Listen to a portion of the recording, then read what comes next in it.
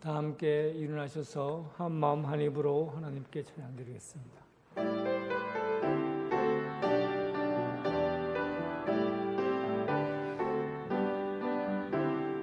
한 마음 할렐루야, 한 입으로 할렐루야, 한 마음 한 입으로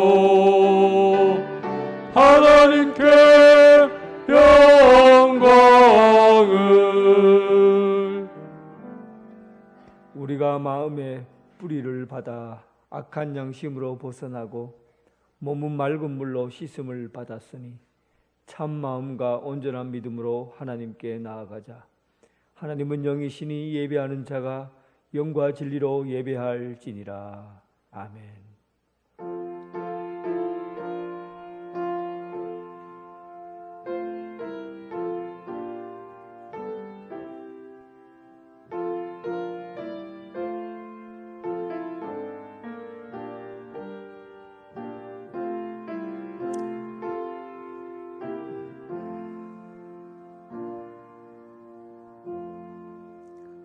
영원토록 변함없으신 하나님, 지난 한 주간 우리의 발걸음을 인도해 주셔서 실족하여 넘어지지 않게 해 주시고 부름에 합당한 삶을 살게 해 주심에 감사를 드립니다.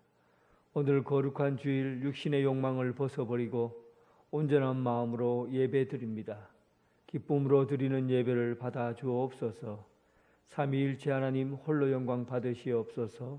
예수 그리스도의 이름으로 기원하옵나이다. 아멘.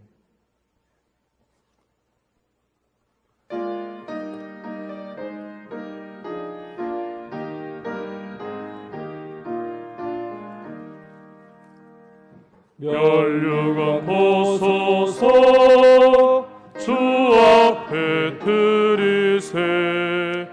저 천사 기쁜 노래가 온 땅에 퍼지네. 내로나 깨어서 주 찬송하여라. 온 백성 죄를 속하신 만왕의 왕일세.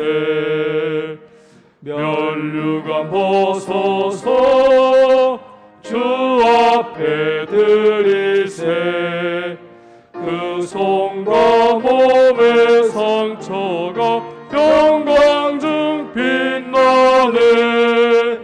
하늘의 천사도 그 영광 보고서 고난의 신비 알고자 늘은 모하도다. 멸류관 벗어서 주 앞에 드리세. 온 세상 전쟁 그치고 참 평화 오겠네. 주 보좌 앞에서 온 백성 엎드려 그 한량없는 영광을 늘 찬송합니다.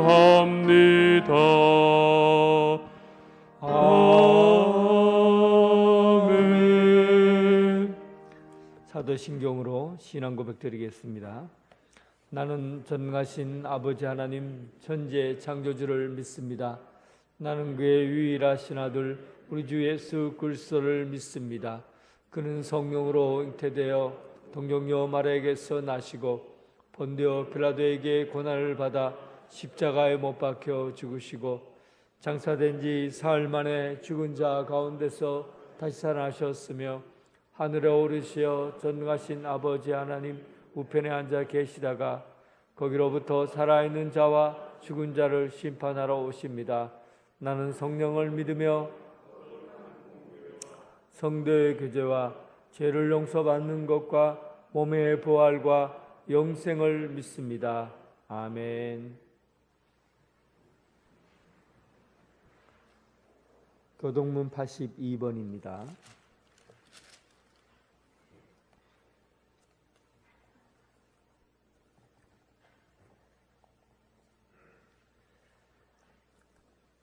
너희 안에 이 마음을 품으라. 그는 근본 하나님의 본체시나 오히려 자기를 비워 종의 형체를 가지사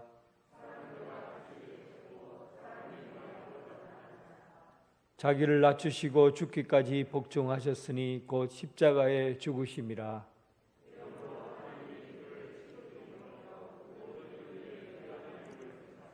하늘에 있는 자들과 땅에 있는 자들과 땅 안에 있는 자들로 모든 입으로 예수 그리스도를 주라 시인하여 하나님 아버지께 영광을 돌리게 하셨느니라. 아멘.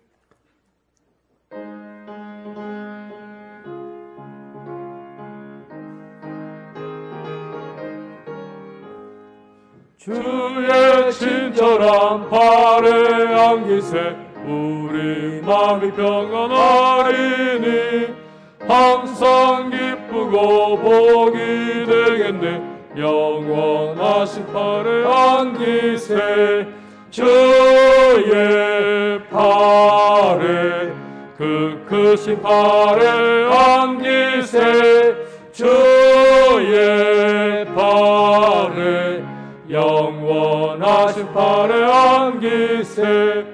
날이 갈수록 주의 사랑이 두루 광명하게 비치고 천성 가는 길 편히 가리니 영원하신 팔에 안기세 주의 팔에 그 크신 팔에 안기세 주의 팔에 영원하신 팔에 안기세.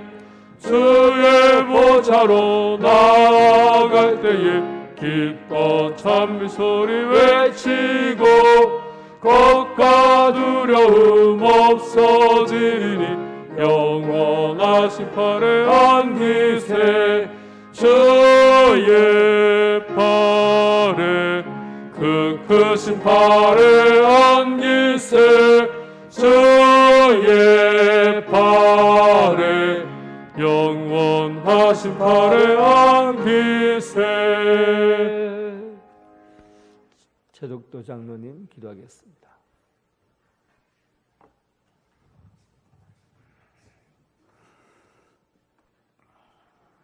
천지 만물을 창조하시고 인간의 생사화복을 주관하시는 하나님, 거룩하고 복된 주일 주님께 감사드리며 주님의 영화로운 이름을 찬양하며 드리는 예배 온전히 주님 홀로 영광 받아 주시옵소서. 주님의 자녀로 마땅히 드려야 할 예배 온전한 마음과 뜻을 모아 신령과 진정으로 하나님이 기뻐하는 향기나는 제물이 되어 드리는 은혜로운 시간으로 인도하여 주시오며 지난 한 주간도 세상에 살면서 때론 힘들고 지쳐있는 우리의 심령이 예배를 드릴 때 온전하고 사랑이 많으신 주님의 품 안에서 오늘 주시는 말씀으로 참 힘을 얻게 하시며 독수리가 날개치며 올라가듯 새 힘을 주시옵소서.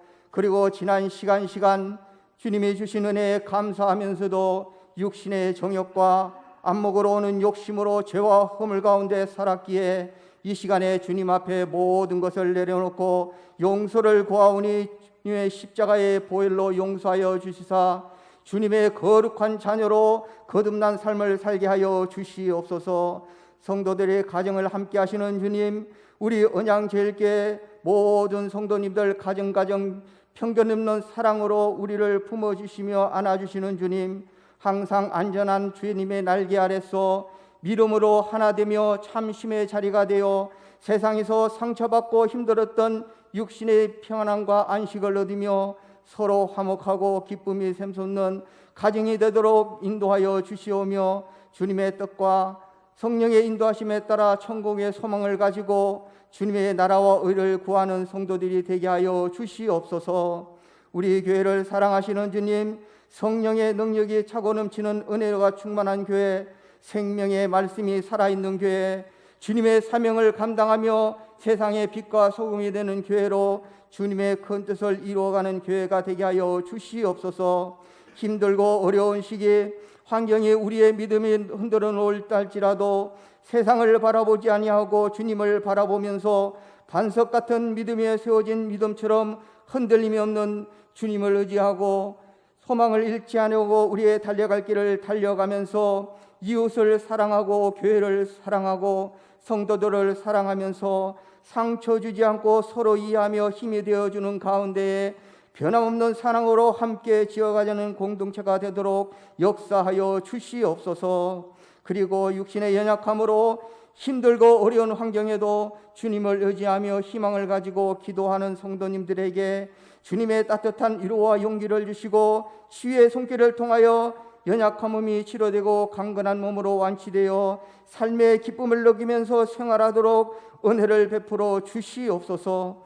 귀한 말씀을 전하시는 목사님, 육체의 아버지 하나님이여 건강함과 성령 충만함을 허락하시어 오직 진리의 말씀만 증거할 수 있도록 인도하여 주시옵고, 선포되는 말씀을 들을 때에 성도님들의 심령에 성령님이 찾아오셔서 은혜의 담비로 촉촉히 적셔주시고 메마르고 완악했던 마음이 녹아지게 하시며 말씀을 듣고 깨달을 수 있는 은혜를 주시사 아버지 하나님의 말씀을 실천할 수 있는 믿음을 주셔서 말씀대로 살아갈 수 있도록 인도하여 주시옵소서.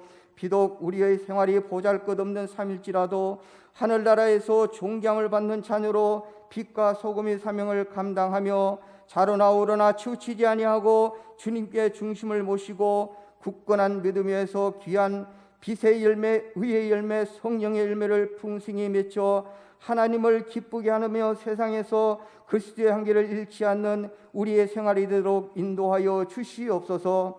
이 시간 아름다운 찬양으로 주님 앞에 나아가는 찬양단 찬양을 헌신을 아버지 하나님 기쁘게 받아주시오며, 또한 교회를 위해 이른 시간부터 봉사하며 섬기는 손길을 기억하시고 하나님의 영광을 아버지 하나님으로 받아주시기를 원하며 우리를 사랑하사 장차 오실 예수님의 이름으로 기도하였사옵나이다. 아멘.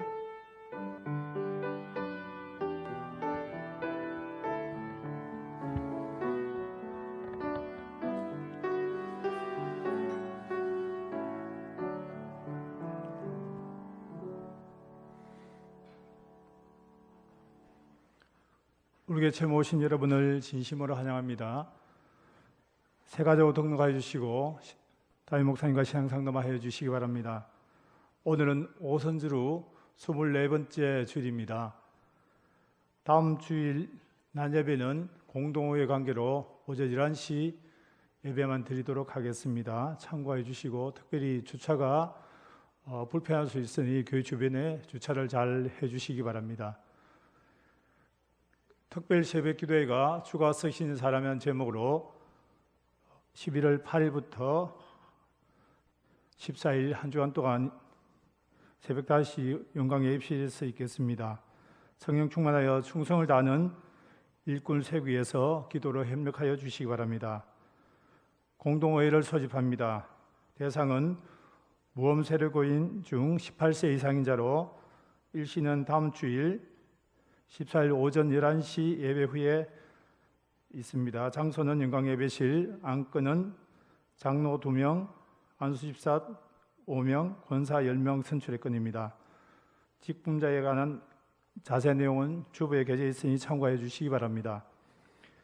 각 기관 총회가 준비를 하여 주시기 바랍니다. 각 기관과 교육부서에서는 정기 총회를 실시해 주시고 총회 결과 보고를 사업계획서와 함께 사무실로 제출해 주시면 고맙겠습니다.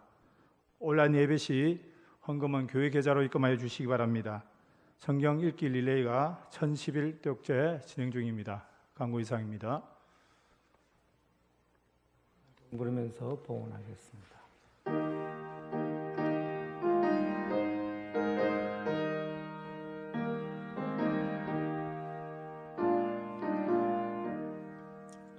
내가 받은 모든 것은 하나님의 선물이니 마음 가득 다하여서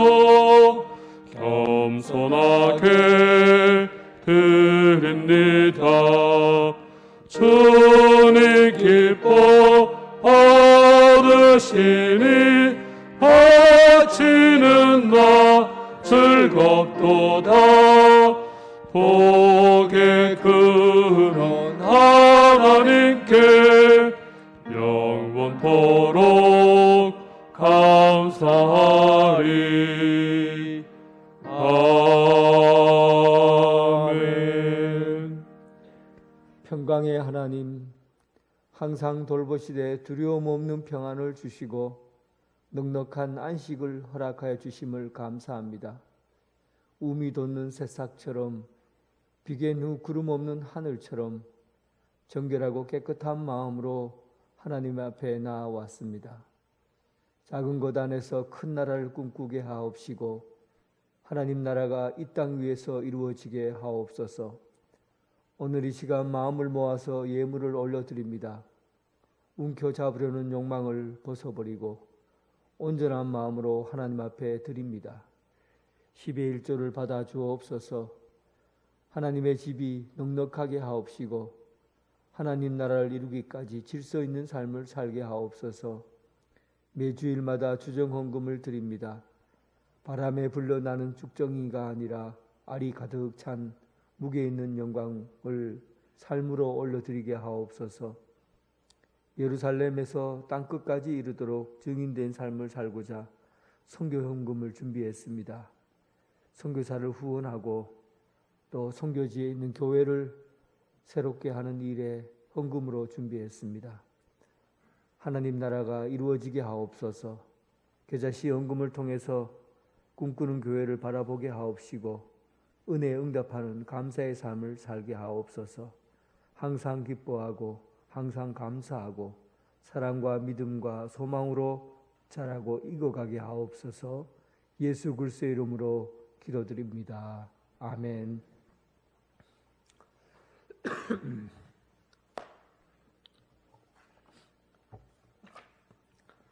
하나님께서 우리에게 주신 말씀은 사도행전 6장 1절부터 7절까지입니다.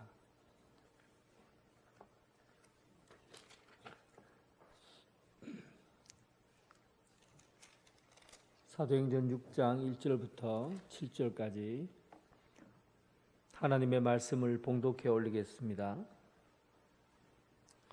그때 제자가 더 많아졌는데 헬라파 유대인들이 자기의 과부들이 매일의 구제에 빠짐으로 히브리파 사람을 원망하니 12사도가 모든 제자를 불러 이르되 우리가 하나님의 말씀을 제쳐놓고 접대를 일삼는 것이 마땅하지 아니하니 형제들아 너희 가운데서 성령과 지혜가 충만하여 칭찬받는 사람 7을 택하라.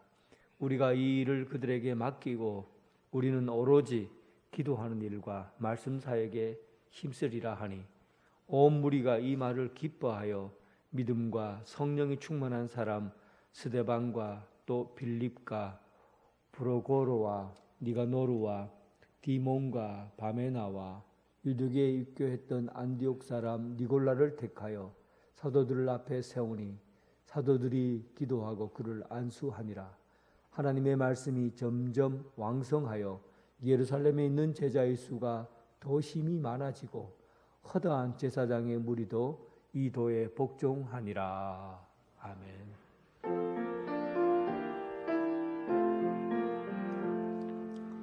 아버지 한 말씀 내가 살겠네. 내가 살겠네. 아멘 아멘 아멘 아멘 아멘.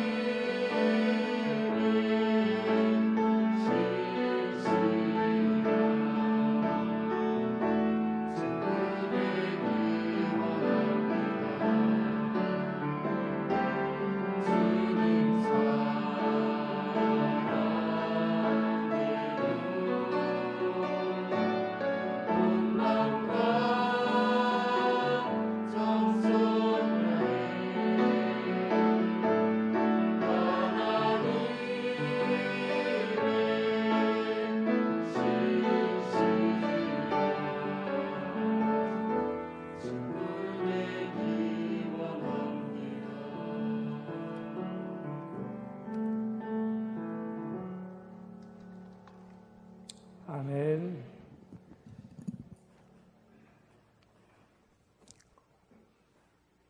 주님의 평강이 여러분들과 함께 하길 바랍니다.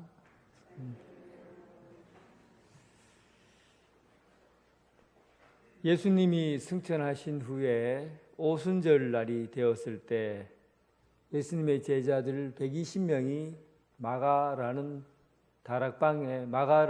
집에 다락방에 모였습니다. 그곳에서 급하고 강한 바람소리 같은 소리를 듣고 불의 혀같이 갈라지는 것이 각 사람 머리 위에 임하는 것을 보았습니다. 그리고 각 사람들은 성령 충만함을 입어서 방언으로 말을 하기 시작했습니다. 오순절날 첫날 일어난 성령 충만한 사건입니다. 눈으로 보고 귀로 듣고 입으로 말하고 온몸으로 체험한 성령의 역사입니다. 우리는 초대교회 오순절 다락방에서 일어난 성령 강림 사건을 성령 체험으로 받아들이고 있습니다. 그런데 우리는 성령님에 대해서 우리의 성령 체험이 감각이나 감정을 통해서 이루어진다고 믿는 경향으로 신앙생활이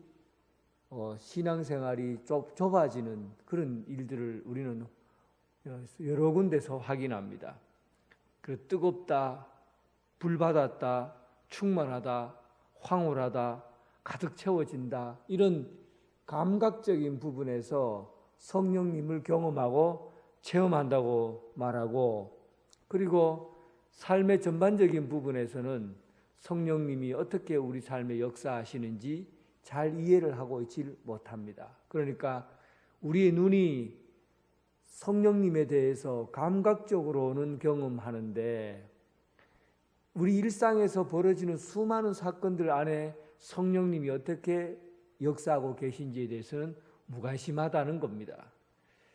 한국 교회에서 큰 역사를 이루었던 교부들이나 지도자들에게 성령의 은사가 나타났고, 또 루터와 칼빈과 같은 종교개혁자들에게는 냉철한 이성을 통해서 하나님의 말씀을 해석하는데 성령님께서 역사하셨고, 또 갈라디아서 보면 성령님에 대해서 어떤 열매를 맺게 되느냐, 사랑과 희락과 화평과 온유와 자비와 양성과 충성과 온유와 절제다. 이 말은 무슨 말입니까? 사람과 사람과의 관계에서 일어나는 그 모든 것 안에 성령님이 역사하고 계시다는 거예요. 사랑으로, 희락으로, 화평으로, 온유함으로 이렇게 하나님 성령님께서 우리의 삶 가운데 열매를 맺게 해주시는 거예요. 그리고 공동체 안에 성령님이 어떻게 나타납니까? 성령이 하나 되게 하심을 믿으라. 공동체가 분열되고 갈라지는 것을 하나 되게 하실 때 성령님이 역사하시는 거예요.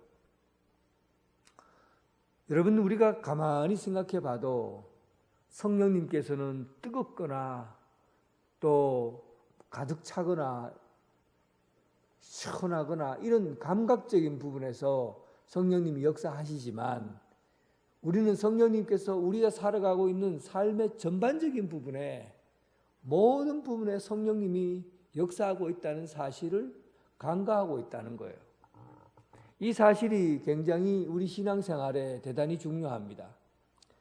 너무 체험적인 신앙으로 흐르다 보면 감각적인 하나님만 찾게 되고, 막 뜨겁거나 막 은사가 있거나 이런 것에만 집중하게 되고, 사랑하고 또 서로 용서해주고 믿음으로 세우고 이런 부분에서 성령님이 어떻게 역사하시는지 우리는 모르고 살 때가 많다는 거예요. 오늘 성경 본문에 보면 교회의 일꾼을 세우는데 성령님이 역사하고 계셔요. 교회에서 함께 사역할 사도 그리고 집사를 세우는데 성령님이 역사하고 계시다고요. 사람을 세우는데도 성령님께서 함께 하셔야 사람을 세운다는 뜻입니다.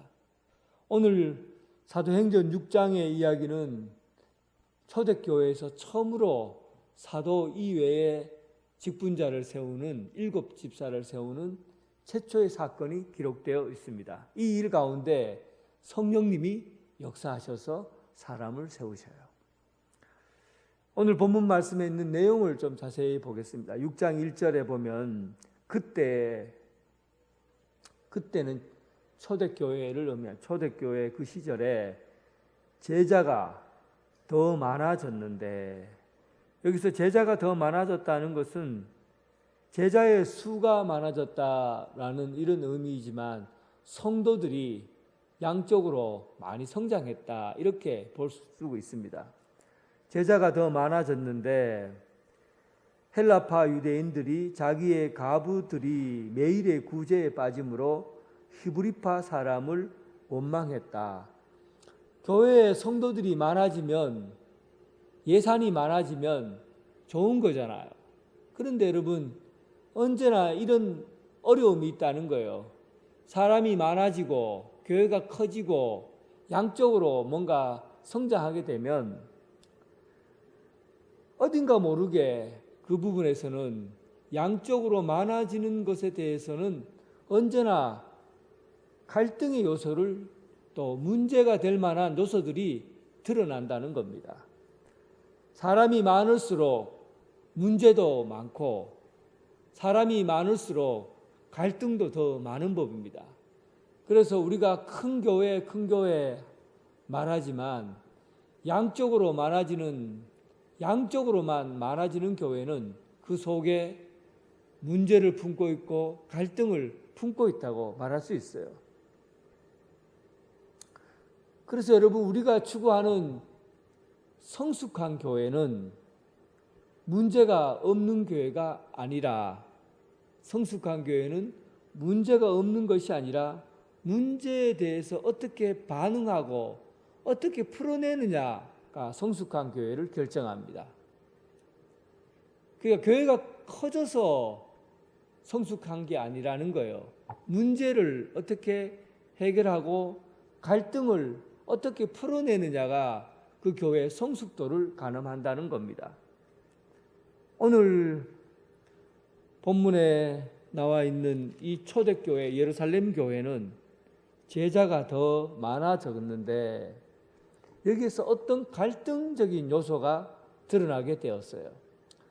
성령 충만한 교회가 이 갈등을 어떻게 해결하고 문제를 어떻게 풀어가는가 한번 보십시오. 먼저 구제에 관해서 헬라파 가부들이 매일의 구제에서 소홀히 여김을 받았다는 겁니다. 역사적인 배경을 조금 이해할 필요가 있어요. 유대인들은 식민지 생활을 오랫동안 해왔습니다. 그러니까 예루살렘이 로마의 지배를 받게 되었고, 예루살렘 안에 있는 사람들이 저 이방 땅으로 흩어져 살았어요. 아프리카에 가서 살기도 하고, 또 소아시아 에베소라든지 골로소, 라우디게아 이런 지역에 있는 그곳에 가서 또 살기도 하고, 또 유럽 고린도라든지 빌립보와 같은 그런 곳에서 흩어져 살기도 하고 로마까지 가서 살았어요. 이렇게 먼 지역에 흩어져서 유대인들이 살아가면서 마음에 소원이 있습니다. 그들이 마음에 품은 소원이 뭐냐면, 내가 죽을 때는 예루살렘에서 죽었으면 좋겠다. 내 인생 말년은 그래도 아버지 집인 예루살렘에서 시온을 바라보며 내가 살았으면 좋겠다 하는 이 소망을 품고 살았거든요. 시편 84편에 시인이 얼마나 간절하게 시를 썼는지, 주의 제단에 참새도 제 집을 얻고 제비도 새끼 둘 보금자리를 얻었나이다. 참새하고 제비가 성전에 딱 붙어 있는 것이 너무 부러운 거예요. 나도 저 짐승처럼 그냥 하나님의 집에 붙어 있기만 해도 나는 짐승이 되어도 좋겠다. 그런 마음이 들 정도로 그들은 예루살렘을 그리워하며 살았어요. 사실은 신앙생활은 이 거리감과 관계에 있어요. 거리감. 하나님 아버지를 그리워하는 마음이 가까이 있으면 그 사람의 신앙은 진실하고 또 열정을 갖고 있는 사람이에요. 끊임없이 내가 예루살렘과 가까이 가겠다. 내가 살아가는 삶의 마지막은 하나님 나라를 바라보며 살겠다. 하나님에 대한 그 거리감, 이 거리감이 우리 신앙을 성장하게 하고 또 자라게 하는 거거든요. 사실 이런 마음은 굉장히 좋은 마음이에요. 하나님의 집을 그리워하고 가까이 가서 살겠다 하는 마음이 얼마나 그 마음에 아버지를 사랑하는 마음이 담겨져 있습니까? 그래서 그들은 디아스포라, 흩어져서 살아가고 있는 이 외국인 유대인들은, 외국에서 살고 있는 유대인들이 나이가 들어서 예루살렘으로 이주해 온 거예요. 많은 사람들이 나이가 들어서 이주를 해 왔어요. 그런데 그 사람들 중에는 예수 믿는 사람들이 있었고, 예수 믿는 사람들은 당연히 예루살렘에 처음 세워진 교회에 가서 신앙생활하게 된 겁니다. 그렇게 하다가 남편이 죽은 거예요. 그러면 여자 홀로 남게 되고 자녀들도 없는 사람이 되어버리고 그 여자는 과부가 되어버린 겁니다. 이 과부들을 무엇이라 하냐면 헬라 이방인이죠. 헬라 유대인 그리스도, 헬라 유대인 그리고 과부들, 이렇게 본 거예요. 헬라파 유대인 과부다, 이렇게 그들을 얘기를, 외국에서 살다가 돌아와서 그 과부가 된 여인들을 헬라파 유대인 과부다, 이렇게 표현하고, 반면에 헬라파 유대인 과부가 있다면 어떤 파가 있겠습니까? 히브리파가 있겠죠. 히브리파는 예루살렘에 늘 살다가 과부가 된 여인이죠.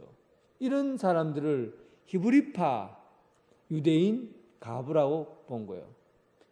그러니까 가난한 그룹이 두 그룹으로 나누어져 있어요. 하나는 헬라파, 하나는 히브리파. 누가 텃세를 부리고 중심이 되어 있겠습니까? 히브리파 과부 유대인들이 그 자리에 텃세를 부리고, 그리고 자기가 이곳에 그래도 중심이다, 이런 생각을 하고 있는 거예요. 원래 전통이 있다라는 교회는 이런 텃세 부리는 그런 형태가 신앙적으로 나타납니다. 내가 오랫동안 그래도 이곳에 자리 잡고 있었다 하는 거죠. 그런데 유대인들은요, 세계적으로 구제하는 일이 세계적으로 제일 뛰어난 백성들이 유대인들입니다. 유대인들은 율법적으로 고아와 과부를 돌보라고 그러잖아요. 그렇기 때문에 유대인들은 구호금을 모으는 일에 대해서는 세계적이에요. 몸에 습관적으로 배겨져 있었어요. 그들은 두 가지 구제를 하는데, 고아와 과부를 위해서 구제헌금을 거두는데, 첫 번째는 쿠팡이 아니라 쿠파라는 히브리어입니다. 쿠파는 광주리라는 뜻을 가지고 있어요. 그러니까 금요일 아침이 되면 이제 구호금을 받으러 다니는 사람들이 시장과 일반 가정을 돌아다니면서 오랫동안 일주일에 한 번씩 구제품을, 과일이라든지 고기라든지 아니면 돈으로 받아서 그 구호품을 챙깁니다. 그리고 이것을 광주리 기금이라고, 쿠파 기금이라고 했어요. 그리고 급하게 매일매일 한 끼 못 먹어서 굶주린 사람들을 위해서 타무이라고, 이것은 쟁반기금이라고 합니다. 타무이라는 말이 쟁반이라는 뜻이거든요. 쟁반기금을 모아서 매일 아침마다 매일 아침마다 집집마다 돌아다니면서 타무이 쟁반기금입니다라고 말하면 그 구제를 가난한 한 끼 식사를 위해서 음식을 나눠주는 사람들이 있었어요. 그래서 히브리 사람들은 기본적으로 매일 구제하고 일주일에 한 번씩 매일 쟁반기금을 내고 일주일에 한 번씩 광주리 기금을 내었어요. 그런데 이것이 교회에서도 히브리 사람들이 유대인들이 많기 때문에 교회에서도 이 유대인의 구제 풍습을 그대로 따르고 있었던 거죠. 이 제도를 교회에서 따르고 있었던 겁니다. 그러니까 사도들이 뭘 하겠습니까? 쟁반기금 마련하고 그리고 광주리 기금 마련하기 위해서 열심히 뛰어다녔던 거예요. 아침마다 매일 아침마다 뛰어다니고 그리고 거두어 들인 것을 어떻게 됩니까? 과부들에게 찾아가서 최저 생계비를 받고 있는 사람들에게 찾아가서 집집마다 매일 음식을 먹을 수 있도록 나눠주고 그리고 금요일마다 광주리 기금을 거두어서 또 어려움에 처한 사람들을 내게 구제금을 나눠주는 이 일을 사도들이 해왔던 겁니다. 그런데 문제가 생긴 거죠. 어떤 문제가 생겼냐면 헬라파 과부 입장에서 자기들에게 헬라파 과부들이 음식이 배달되지 않는다. 다는 아니겠죠. 일부 소수의 사람들이 헬라파 과부들에게 주어질 음식이 배달이 되지 않았다는 겁니다. 그러니까 헬라파 과부 입장에서는 당장에 이렇게 생각하는 거죠. 우리가 멀리서 왔다고 우리를 무시하나? 히브리파 과부들에게만 잘해주고 우리인데는 왜 이렇게 서운하게 대하노? 하고는 자신들의 서운함을 표현한 겁니다. 왜 우리를 무시하고 왜 우리를 못 본 척하고 인사도 하지 않고 우리를 저 히브리파 과부보다도 잘 대해주지 않고 왜 우리에게 주어야 될 음식을 건너뛰어서 하느냐 하고는 불평과 불만을 막 쏟아내기 시작한 겁니다. 그런데 사실은 여러분 이 일이 사도들이 진짜 헬라파 과부들에게는 음식을 안 주고 히브리파 과부들에게만 음식을 줬겠습니까? 성령 충만한 이 사람들이 모여서 교회를 세운 이 초대교회가 그렇게 야박하게 그리고 사랑 없이 사람을 차별적으로 대하는 법은 없습니다. 실수한 거죠. 행정적으로 실수한 건데 히브리파에도 실수할 수 있고 헬라파에도 실수할 수 있는데 헬라파 사람들은 자기 자신이 늘 이런 자존감이 상해 있는 거예요. 자존심이 상해 있는 거예요. 무시당했다고 생각하고 있는 거예요. 그러니까 자기인데 한번 딱 걸리니까 못 찾게 된 거예요. 사도들이 일부러 그런 것도 아닌데 자기들은 자기들에게 이런 일이 당한다고 왜 우리를 무시하냐고 불평하기 시작한 겁니다. 가만히 보면 여러분 성도들이 날카로워지고 불평하고 불만하는 이유가 뭔지 압니까? 은혜가 떨어지면 하나님을 향한 사랑과 하나님에게 받은 감사와 감동과 은혜가 떨어지면 사람이 예민해지고 날카로워져요. 여러분 신앙생활 하면서 내가 왜 이렇게 사소한 일에 예민할까? 별것 아닌 일에 대해서 자꾸 자존심 상할까? 이럴 때 여러분 내가 하나님의 은혜를 잊어버리고 있지 않은가? 하나님께서 내게 주신 감사를 내가 잊어버리고 살고 있지 않은가? 한번 돌아보세요. 분명히 여러분 불평이 있고 불만이 있고 문제가 자꾸 드러나고 이게 눈에 보이기 시작하면 여러분 안에 은혜가 떨어진 겁니다.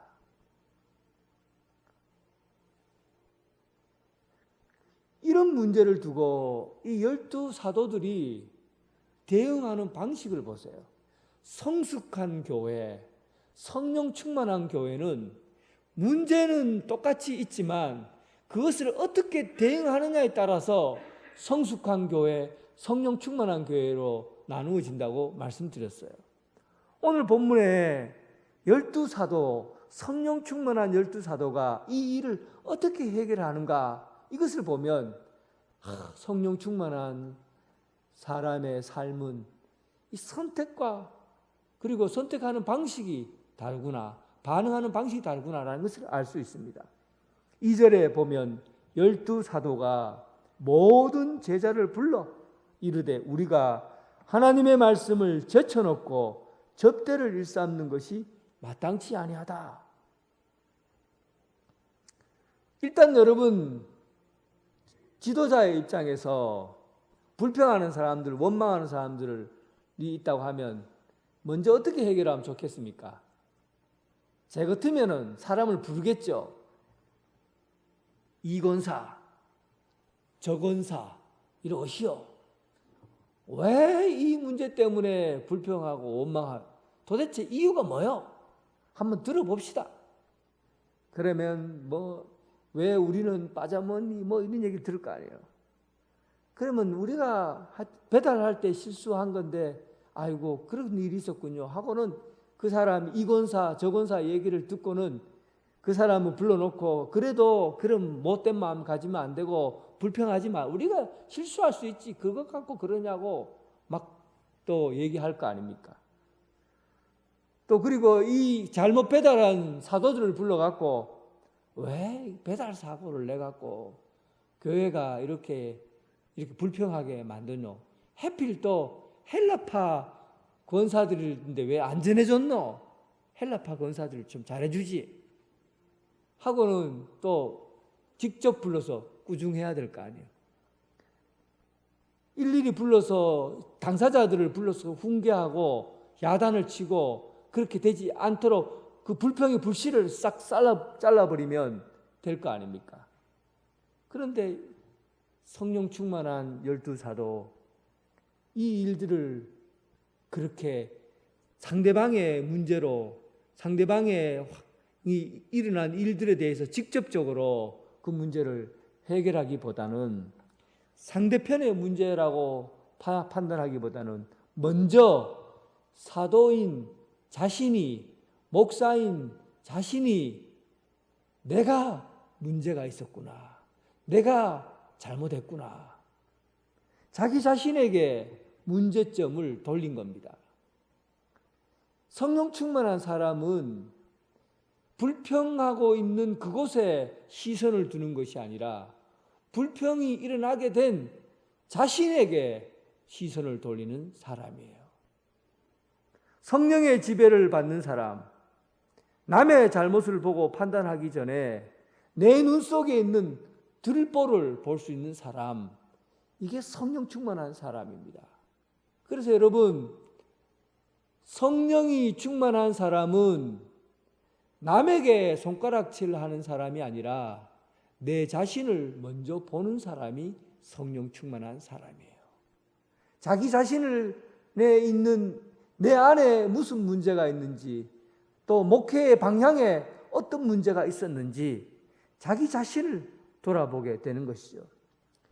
이 집사, 저 권사가 문제가 아니라 목사가 목회에 집중하지 못했기 때문에 일어나는 일로 판단하게 된 겁니다.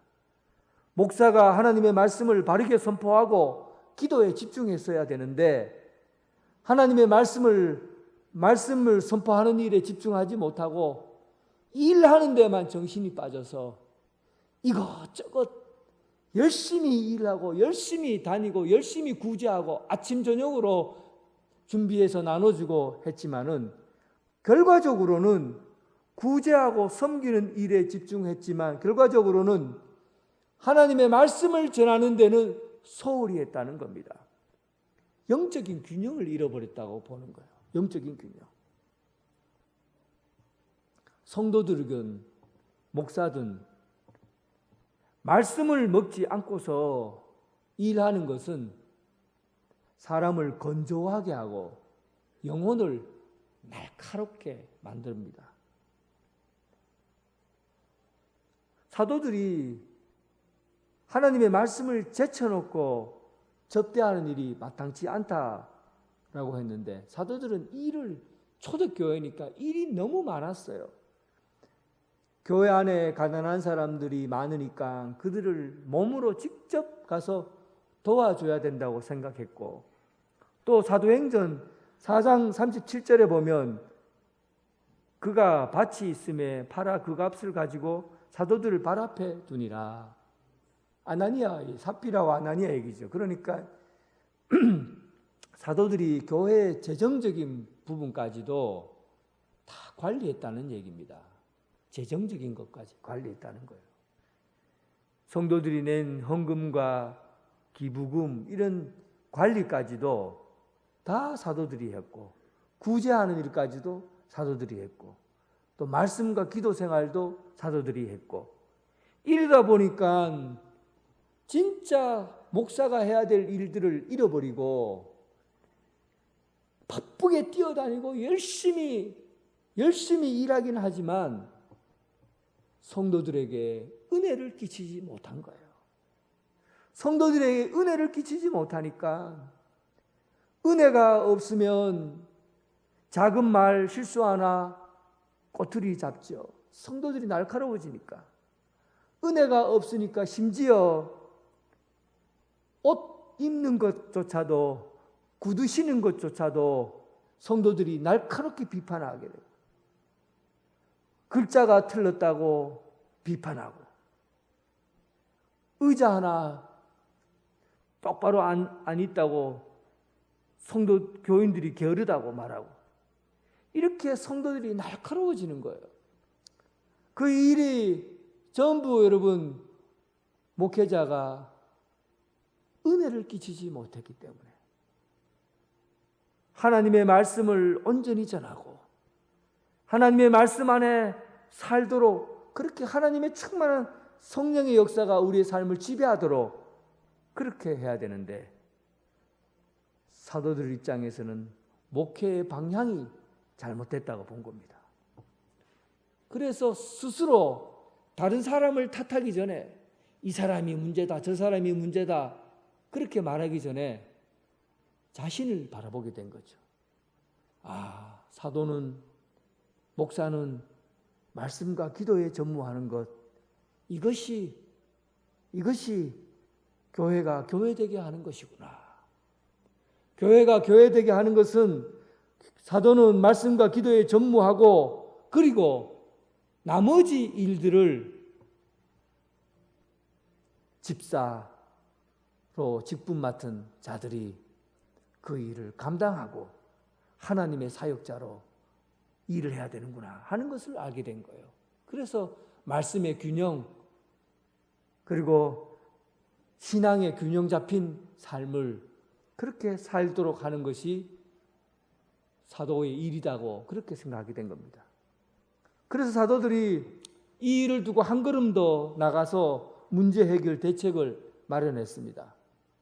3절에 보면 이제 제자들을 불렀어요. 형제들아, 너희 가운데서 성령과 지혜가 충만하여 칭찬받는 사람 7을 택하라. 여기서 중요한 원리가 있어요. 누가 택하는 겁니까? 사도들이 택해서 부른 겁니까? 아니면 형제들이 택한 겁니까? 형제들이 택한 거예요. 사실은 사도들의 권위, 그때 당시에 베드로로부터 시작해서 12사도들의 권위는 최고의 권위를 갖고 있잖아요. 교회를 세운 사람들이에요. 그러면 권위 있는 사람이 이렇게 사람을 뽑으면 제일 편합니다. 이언양 집사, 김언양 집사 장로로 세웁니다. 장로 2명, 이언양, 김언양 2사람 장로로 세웁니다. 그리고 이 권사, 저 권사, 이 사람들은 권사로 세웁니다. 또 이 집사, 저 집사, 이분들은 집사로 세웁니다 하고는 그냥 공포해버리면 돼요. 권위 있는 사도들이 성도들을 이름을 그냥 딱 뽑아서 세우면 됩니다. 그러면 사도들의 권위로 사람을 세워서 집사로 세우고 장로로 세우고 권사로 세우면 간단한 문제예요. 그런데 초대교회의 첫 교회가 무엇을 합니까? 투표를 한 거예요. 성도들로 택하게 만든 거죠. 그러니까 이것이 굉장히 의미가 있습니다. 초대교회가 교회를 세우고 사람을 선택할 때 사도들이 사람을 불러서 세워서 제자로 성도를 직분을 항종직을 뽑지 않았다는 얘기예요. 누가 뽑은 겁니까?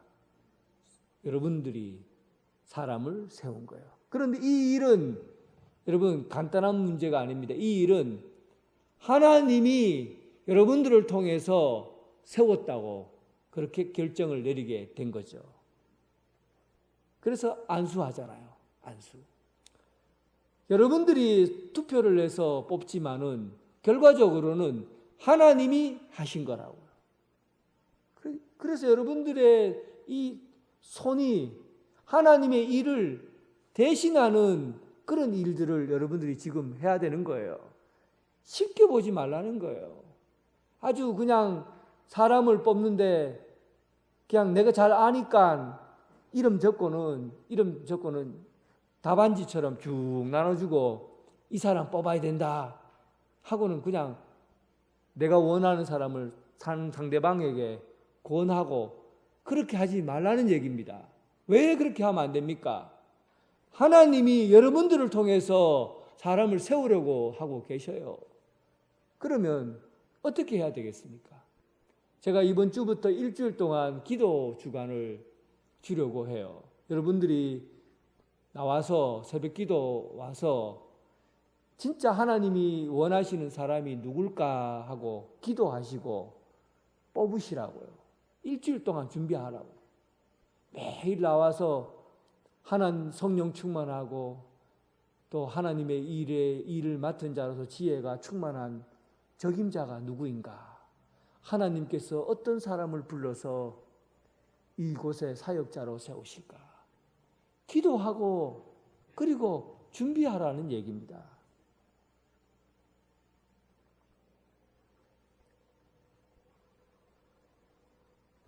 우리가 택한 것으로 생각되어 목회자가 그냥 선택해서 사람을 뽑는 게 아니고 여러분들이 택해서 부르면 하나님의 뜻이 거기에 있다라고 판단하고 그리고는 제자들 그 뽑혀진 집사들의 이름을 불러가며 한 사람 한 사람 머리에 안수하고 그리고 그 사람을 하나님의 목회자의 일을 함께 할 수 있는 동력자로 세워서 주님의 일을 감당하게 한 겁니다. 이게 초대교회 예루살렘 교회에서 성령 충만한 교회가 사람을 선택하는 방법이에요. 오늘 우리 교회도 이제 다음 주면은 항종직을 세우는 아주 중요한 일들을 감당하게 됩니다. 하나님께서 여러분들을 선택해서 그 일을 감당하고자 합니다. 성령 충만하고 말씀과 지혜가 있는 사람을 위해서 기도하시기 바랍니다. 충분히 기도하시고 그리고 마음에 생각나는 사람을 꼭 뽑아서 하나님의 뜻을 세워가는 그런 중요한 사역으로 우리 교회에서 일어나길 바라고 마지막 7절에 있는 말씀처럼 하나님의 말씀이 점점 왕성하여 예루살렘에 있는 제자의 수가 심히 많아졌더라 하는 이 소문이 우리 교회에도 하나님의 말씀에 순종하는 사람의 수가 점점 많아지는 그런 역사가 우리 교회에 있기를 주님의 이름으로 축원합니다.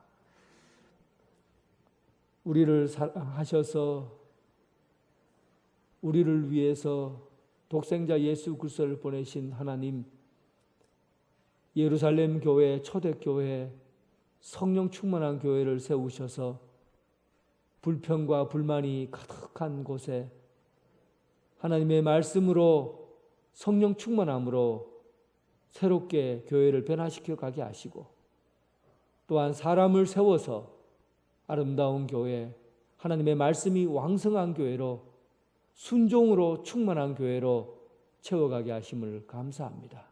우리 교회가 이곳에서 하나님의 말씀으로 왕성해져가는 그런 교회 되게 하여 주옵시고, 또 사람을 잘 세워서 하나님의 일꾼으로 부르심 받은 자로 세워지게 하여 주옵소서. 예수님 이름으로 기도드립니다. 아멘. 다 함께 일어나셔서 주님께 찬양드리겠습니다.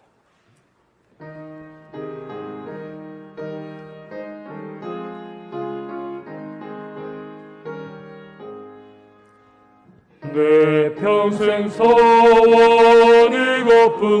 주의 일하다가 이 세상이 변하는 날 주 앞에 가리라. 꿈같이 헛된 세상을 취할 것 무엇냐. 이 수고만 많아여도 헛된 것뿐일세. 불같은 시험 많으나 겁내지 맙시다. 구주의 권능 크시니 이기고 남겠네. 금보다 귀한 믿음은 참복에 내도다. 이 진리 믿는 사람들 다 복을 받겠네. 살같이 빠른 광음을 주 위에 아끼세. 엉망과 마음을 바치고 힘써서 일하세. 아멘. 이제는 예수 그리스도의 은혜와 극진하신 하나님의 사랑과 성령님의 교통하심이 하나님의 부르심과 택하심을 받고 주님의 일들을 감당하게 가길 원하는 오늘 이 자리에 모인 하나님의 사람들, 성도들과 그리고 각 가정에서 예배드리는 성도들 위해 지금부터 영원토록 함께 하시기를 간절히 축원하옵나이다. 아멘.